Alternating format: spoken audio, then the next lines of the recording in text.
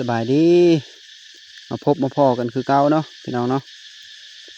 นี่สิพาทุกคนมาเบิ่งมะม่วงไข่พี่น้องมะม่วงไข่เนาะดกพี่น้องปีนี้ดกละดกแห้งเนาะมะม่วงไข่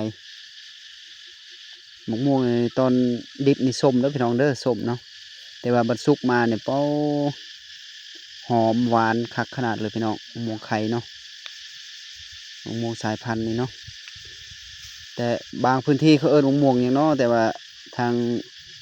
พี่เขาเอิ้นมะม่วงไข่เด้อพี่น้องเด้อนี่หมากลมปุ่มลมป้อมอยู่เนาะหมากก็ได้คล้ายๆไก่ไข่เป็ดไข่ไก่เลยพี่น้องนี่มะม่วงหมากกับลมปุ่มลมป้อมอยู่พี่น้องเป็นตาแพงเป็นตาแพง ดกเนาะปีนี้เนาะดกแหง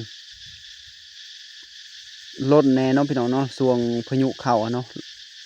มันล้นกันหลายเติบเนาะมันล้นลงมาขี้ดินกันหลายเติบพี่น้องเสียดายอันนี้เรือจากการล้นเนาะได้กินอยู่มะม่วงปีนี้พี่น้องได้กินหลายประเภทอยู่เนาะหลายชนิดมะม่วงเนาะบ่ฮู้ว่าแต่ละชนิดมีสายพันธุ์ใดๆเนาะแต่ว่าบ่ฮู้จักเนาะพี่น้องเนาะบ่ฮู้จักว่าพันธุ์หยังเนาะแต่ว่าตัวนี้พันธุ์มะม่วงไข่เนาะพี่น้องเนาะมะม่วงไข่หมากละปุ่มละปอมอยู่นี่มันสุกนี่หอมหวานคักขนาดเนาะพี่น้องเนาะกินกับข้าวโอ้แซ่บหลายแต่ว่าตอนดิบนี่โอ้ส้มแห้งพี่น้องส้มเนาะกินบ่ได้กินเมี่ยงกินส้มกินหยังกินบ่ได้เนาะแก่แล้วเนาะพี่น้องเนาะนี่เริ่มแก่แล้วเด้อมีเม็ดมีในแล้วจังหน่อยเดือนห้าจังหน่อยก็ได้สุกแล้วนี่พี่น้องสุกแล้วเนาะได้กินแล้วดกแห้งปีนี้พี่น้องดกแห้งยอมรับว่าดกละแห้งปีนี้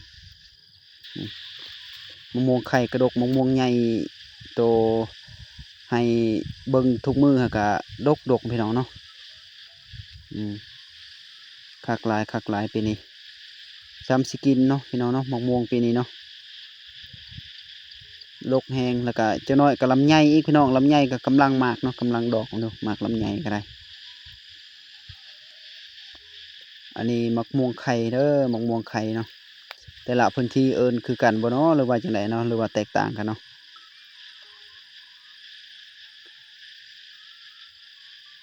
มาฮอดนี้คลิปก็ได้จบลงเด้อพี่น้องเด้อ